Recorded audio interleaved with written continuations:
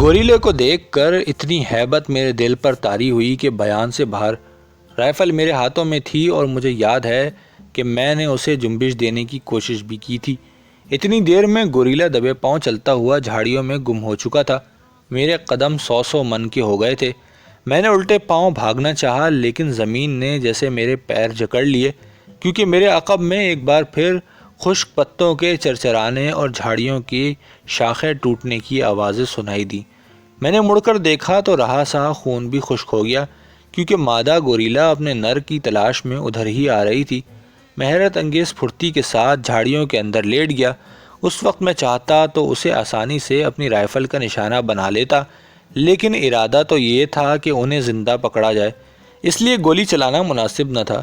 رینیس اور دوسرے شکاری نہ جانے کہاں غارت ہو گئے تھے، اور مجھے رینیس پر اتنا غصہ آ رہا تھا کہ اگر وہ میرے سامنے ہوتا تو شاید میں اسے ہی شوٹ کر دیتا۔ گوریلا بڑا سمجھدار جانور ہے۔ یہ دونوں گوریلے بھانپ گئے کہ شکاری ان کے تعاقب میں لگے ہوئے ہیں، اس لیے جھاڑیوں میں چھپے رہے اور صبح ہونے سے پہلے پہلے یہ دونوں یقیناً اس وسیع جنگل میں غائب ہو جائیں گے۔ اس وقت ضروری تھا کہ رینیز اور شکاریوں کو واپس بلایا جائے۔ فوراً ہی میرے ذہن میں ایک تدبیر آئی۔ میں نے عملی جامہ پہنانے کا فیصلہ کر لیا۔ مادہ گوریلا میرے سامنے سے گزر کر اپنے نر کی بو سونگھتی ہوئی دوسری جانب چلی گئی۔ میں رینگتا ہوا آگے بڑھا اور ایک درخت پر چڑھ گیا اور ٹارچ جلا کر اس کی روشنی چاروں طرف پھینکنے لگا۔ پھر ایک ہوائی فائر بھی کیا، جس سے جنگل کی سوئی ہوئی فضا بیدار ہو گئی۔ گوریلے جو پہلے ہی مضطرب تھے اب بے اختیار غرانے اور سینہ کوبی کرنے لگے۔ چند لمحے بعد میں نے دور جنگل میں ایک ٹارچ کی روشنی دیکھی جو قریب آ رہی تھی۔ رینیز اور اس کے ساتھیوں نے میرا اشارہ پا لیا تھا اور وہ تیزی سے میری جانب آ رہے تھے۔ پھر رینیز کی رائفل سے جوابی فائر کا دھماکہ ہوا۔ فرینچ کانگو کے اس تاریک اور سرد جنگل میں رات کے وقت رائفلوں کے دھماکے، شکاریوں کا دوڑنا، ٹارچ کی مسلسل روشنی اور گوریلوں کی چیخیں ایک ناقابل فراموش واقعہ بن کر میرے ذہن پر ہمیشہ کے لیے نقش ہو گئیں۔ میں نے دوبارہ ٹارچ کی روشنی میں ان گوریلوں کو دیکھا جو بدحواس ہو کر ادھر ادھر جھاڑیوں کی توڑ پھوڑ میں لگے تھے، تاہم ان کی دہشت دلوں پر ایسی بیٹھی ہوئی تھی کہ 20-25 تجربے کار مقامی شکاریوں کی جماعت، جس کی رہنمائی بمبو اور رینیس کر رہے تھے، گوریلوں سے کچھ فاصلے پر ہی رک گئے۔ رینیس نے پکار کر کہا، آرمنڈ تم کہاں ہو؟ میں نے حلق پھاڑ کر جواب دیا، میں یہاں درخت پر موجود ہوں، فکر نہ کرو، یہ گوریلے صبح ہمارے قبضے میں ہوں گے۔ بمبو سے کہو کہ وہ اسی وقت چند آدمیوں کو گاؤں بھیج کر سب آدمیوں کو صبح تک پہنچنے کی ہدایت کر دے تاکہ ہم انہیں زندہ پکڑ لیں۔ خبردار کوئی شخص انہیں نقصان پہنچانے کی کوشش نہ کرے، یہ گوریلے جوان اور آسانی سے مانوس ہو سکتے ہیں۔ تھوڑی دیر بعد میں درخت سے اتر کر رینیس کے پاس پہنچ گیا۔ خوشی کے مارے وہ مجھ سے لپٹ گیا اور بولا، بس اب ہماری فتح ہی فتح ہے، ہم انہیں صبح تک یقیناً گرفتار کر لیں گے۔ خدا کا شکر ہے کہ اس وقت 2 پنجرے بالکل تیار تھے، پنجرے نہ ہوتے تو ان گوریلوں کو ہم کہاں رکھتے۔ ادھر بمبو چیخ چیخ کر اپنے آدمیوں کو مختلف ہدایتیں دے رہا تھا۔ گوریلے بھی لگاتار غرا رہے تھے۔ انہیں روکنے کے لیے چاروں طرف جلدی جلدی گھاس پھوس کا ڈھیر جمع کر کے آگ لگا دی۔ گوریلے آگ سے بہت ڈرتے ہیں اور اس کے قریب نہیں جاتے۔ آگ کے علاوہ روشن ہوتے ہی ہمارے قلب و جسم میں قوت کا ایک نیا خزانہ بھر گیا اور جنگل میں روشنی پھیلنے سے ادھر ادھر کا منظر صاف دکھائی دینے لگا۔ سردی سے بچنے کے لیے ہم نے بھی آگ کے قریب پناہ لے لی۔ ساری رات گوریلوں نے ایک لمحے کے لیے بھی ہمیں چین نہ لینے دیا۔ وہ سینہ پیٹتے غول مچاتے رہے۔ ہمیں خدشہ تھا کہ ان کی آواز سن کر اگر گروہ کے 20-25 گوریلے ادھر آ نکلے تو ہمارا جان بچانا مشکل ہو جائے گا۔ ہم صبح ہونے کی دعائیں مانگ رہے تھے۔ بمبو نے جو چند شکاری گاؤں سے آدمی لانے کے لیے بھیجے تھے، وہ ہوا کی طرح وہاں پہنچے اور نتیجہ یہ نکلا، جب مشرق سے پو پھٹی تو جنگل میں جدھر نظر آتی ننگ دھڑنگ اور سیاہ فام مرد اور عورتیں دکھائی دیتے۔ ہر ایک کے ہاتھ میں کوئی نہ کوئی ہتھیار تھا۔ عورتیں نہایت جوش و خروش سے رقص کر رہی تھیں۔ اکثر عورتوں کے پاس رسیوں اور موٹے باندھ کے بنے ہوئے جال تھے اور بہت سی عورتوں نے اپنی کمر سے بڑے بڑے ٹوکرے باندھ رکھے تھے جن میں سوکھا گوشت، سبزیاں اور جنگلی پھل بھرے ہوئے تھے۔ یہ خوراک ان شکاریوں کے لیے لائے تھے جو گوریلوں کو پکڑنے میں کامیابی حاصل کر لیتے۔ ادھر گوریلوں کا یہ حال تھا کہ وہ جھاڑیوں کے اندر سہمے ہوئے بیٹھے تھے اور خوفزدہ نظروں سے ان آدمیوں اور عورتوں کو دیکھ رہے تھے۔ کبھی کبھی وہ اپنا غار نما منہ کھول کر پوری قوت سے چیختے اور دونوں ہاتھوں سے اپنے سینے کو پیٹنے لگتے۔ اس حرکت پر عورتیں زور زور سے ہنستیں اور زیادہ تیزی سے ناچنے لگتیں۔ میں نے بمبو سے پوچھا کہ ان آدمیوں اور عورتوں کی تعداد کتنی ہے۔ اس نے بتایا کہ 400۔ معلوم ہوا کہ پڑوسی گاؤں کے بہت سے شکاری بھی، جن کے پاس پرانے زمانے کی زنگ آلود بندوقیں تھیں، ان گوریلوں کے شکار میں حصہ لینے آئے تھے۔ انہیں سمجھا دیا گیا کہ گوریلوں پر فائر کرنے کی ضرورت نہیں، بلکہ انہیں زندہ پکڑنا ہے۔ یہ سن کر انہوں نے اپنی بندوقیں ایک طرف رکھ دیں اور ہاتھوں میں نیزے تھام لیے۔ سورج کی پہلی کرن نمودار ہوتے ہی 50-60 شکاریوں نے ایک وسیع دائرے کی صورت میں گوریلوں کے گرد جال پھیلا دیا۔ بہت سے شکاری رسیوں کے پھندے بنا کر ارد گرد کے درختوں پر چڑھ گئے۔ اب اس مہم کا واحد کمانڈر ان چیف بمبو تھا اور ہر شخص کے لیے اس کا حکم ماننا ضروری تھا۔ رینیز کی حالت اس وقت قابل رحم تھی۔ غصے سے پیچ و تاب کھاتے ہوئے جب وہ میری جانب دیکھتا، میں مسکرا دیتا، اس پر وہ اور چڑھ جاتا۔ میں نے اس کے کان میں کہا کہ اس موقع پر بمبو کے کام میں مداخلت نہ کرنا، ورنہ وہ ناراض ہو جائے گا۔ ہمیں گوریلوں سے غرض ہے، وہ کس طرح ان کو قابو میں کرے یہ اس کا مسئلہ ہے، ہم اپنی جان جوکھوں میں کیوں ڈالیں؟ یہ سننا تھا کہ رینیس آتش فشاں پہاڑ کی مانند پھٹ پڑا۔ پہلے تو اس نے مجھے بہت سنائی اور پھر بمبو کو ڈانٹا کہ وہ چپ چاپ تماشا دیکھے اور ہمیں پریشان نہ کرے۔ بوڑھے بمبو کے سیاہ چہرے پر ایک لمحے کے لیے حیرت کے آثار نمودار ہوئے۔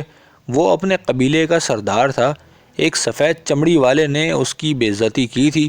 وہ تلملا کر میری جانب آیا اور کہنے لگا، ماسٹر، میں یہاں سے جا رہا ہوں، یہ ہمارا جنگل ہے، یہ سب لوگ میرے شاگرد ہیں، میں نے ساری عمر اس جنگل پر حکومت کی ہے اور میں دیکھوں گا کہ یہاں سے ان گوریلوں کو پکڑ کر کون لے جاتا ہے۔ بمبو کے یہ کلمات پاس کھڑے ہوئے کئی شکاریوں نے سنے اور وہ بھی بپھر گئے، اور اگر میں انہیں نہ روکتا تو رنیس کی جان کے لالے پڑ گئے تھے۔ میں نے فوراً جیب سے نقدی نکالی اور ان میں تقسیم کر دی اور ان سے وعدہ کیا کہ گوریلے پکڑ لینے کے بعد جب گاؤں جائیں گے تو انہیں مزید انعام دیا جائے گا۔ یہ سن کر وہ سب ٹھنڈے پڑ گئے۔ یہ صورتحال دیکھ کر رینیس کے پسینے چھوڑ گئے۔ آدمی سمجھدار تھا، اس نے بمبو سے معافی مانگی اور دور ہٹ گیا۔ ادھر عورتوں کا رقص عروج پر تھا، شکاری اپنی اپنی جگہ مستعد کھڑے تھے۔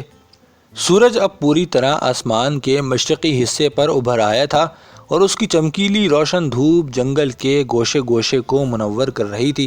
بمبو نے چلا کر کچھ کہا اور عورتوں کا رقص رک گیا اور وہ سمٹ کر ایک طرف کھڑی ہو گئیں۔ درختوں پر چڑھے ہوئے شکاریوں نے اپنے اپنے پھندے تیار کر لیے۔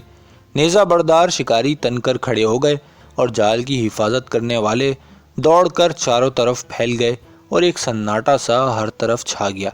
گوریلے اب بھی جھاڑیوں میں دب کے بیٹھے تھے۔ بمبو نے میری جانب دیکھا اور میرا اشارہ پا کر حملہ کرنے کا حکم دیا۔ جال کے قریب کھڑے شکاری گوریلوں پر نیزے برسانے لگے، لیکن اس احتیاط سے کہ نیزے گوریلوں کے دائیں بائیں جھاڑیوں میں گھستے رہے اور کسی نیزے نے گوریلے کو ہلاک نہیں کیا۔ نیزوں کے ساتھ ساتھ تیر بھی برس رہے تھے۔ گوریلوں نے لرزہ خیز چیخ ماری اور جھاڑی سے باہر نکل کر ایک جانب دوڑے، لیکن جال نے راستہ روک لیا۔ گوریلوں نے اپنے مضبوط اور لمبے ہاتھوں سے جال کو نوچنے کی کوشش کی تو شکاریوں نے ہلکے ہلکے ان کے جسموں میں نیزوں کی انیاں چبو دیں۔ جدھر جاتے ادھر ہی شکاری ان کا راستہ روکتے اور نیزوں سے انہیں ڈراتے۔ گوریلوں نے چیخ چیخ کر آسمان سر پر اٹھا لیا تھا اور طیش میں آ کر جھاڑیوں کو جڑوں سے اکھاڑ اکھاڑ کر پھینکنے لگے۔ مجھ پر یہ منظر دیکھ کر ہیبت طاری تھی، لیکن جنگل کی عورتیں اور تماشائی مرد کی طرف سے قہقہوں اور اچھلنے کودنے کا منظر جاری تھا۔ رینیز دوڑ کر جال کی طرف گیا اور بے مثال بہادری کا ثبوت دیتے ہوئے ایک درخت پر چڑھا اور گوریلوں کی سرحد میں کود گیا۔ سینکڑوں آدمیوں کے حلق سے بے اختیار چیخ نکل گئی۔ رینیس کی یہ حرکت اتنی غیر متوقع اور دیوانگی سے بھرپور تھی کہ خود اس جنگل کے باسی، جن کی عمریں اسی کام میں لگ گئی تھیں، حیران اور پریشان کھڑے تھے۔ رینیس اب قطعی گوریلوں کے رحم و کرم پر تھا۔ اگرچہ وہ بدحواسی اور خوف کی وجہ سے اس کے قریب نہ آئے، تاہم وہ اسے آنے واحد میں پکڑ کر ہلاک کر سکتے تھے۔ رینیز نے ایک ہاتھ میں رائفل اور دوسرے ہاتھ میں رسی کا پھندا تھاما ہوا تھا۔ اس نے للکار کر دوسرے شکاریوں کو جال کے اندر کودنے کی ہدایت کی اور ادھر بوڑھے بمبو نے حیرت انگیز جرت کا مظاہرہ کرتے ہوئے جال کو عبور کیا۔ بس پھر کیا تھا، بیسیوں نیزہ بردار شکاری گوریلوں کی سرحد میں پہنچ گئے۔ گوریلے جو ادھر ادھر جان بچانے کی کوشش میں دوڑ رہے تھے دبک کر پھر جھاڑیوں میں جا چھپے اور وہیں سے غرانے اور چیخنے لگے۔ شکاری اب چاروں طرف سے ان کو گھیرنے میں کامیاب ہو گئے اور اس حصے میں جتنی بھی جھاڑیاں تھیں وہ چند لوگوں نے لمبے لمبے کلہاڑوں کی مدد سے اکھاڑ پھینکی اور جگہ کشادہ ہو گئی۔ گوریلوں پر سب سے پہلے رینیز نے پھندا پھینکا اور پھر ہر طرف سے پھندوں کی بارش ہو گئی۔ مقامی باشندے امریکہ کے کاؤ بوائے لوگوں کی طرح پھندے بڑی مہارت سے پھینکتے تھے۔ آدھے گھنٹے کی جان توڑ تگ و دو کے بعد انہوں نے گوریلوں کو قطعی بے بس کر دیا۔ نر گوریلے کی گردن اور ایک ٹانگ اور مادہ گوریلے کے دونوں لمبے بازو پھندے میں پکڑے جا چکے تھے۔ ہر چند کے 50-60 طاقتور شکاریوں نے یہ رسے پکڑ رکھے تھے، لیکن گوریلوں میں بھی اس بلا کی قوت تھی کہ وہ ایک ہی جھٹکے میں ان آدمیوں کو ادھر ادھر پھینک دیتے۔ اس وقت پورے جنگل پر زلزلے کی سی کیفیت طاری تھی۔ آسمان پر ہزاروں پرندے پرواز کر رہے تھے اور جنگل کے اندر رہنے والے سینکڑوں بندروں نے شور مچا مچا کر ایک ہنگامہ برپا کر دیا تھا۔ بہت دور فاصلوں پر ہاتھیوں کے چنگھاڑنے کی آوازیں بھی بہت جلد سنائی دینے لگیں۔ وقت اڑ رہا تھا، سورج اب عین ہمارے سروں پر آ چکا تھا اور ہر لحظہ حدت بڑھتی جا رہی تھی۔ جلد ہی ہم سب پسینے میں نہا گئے۔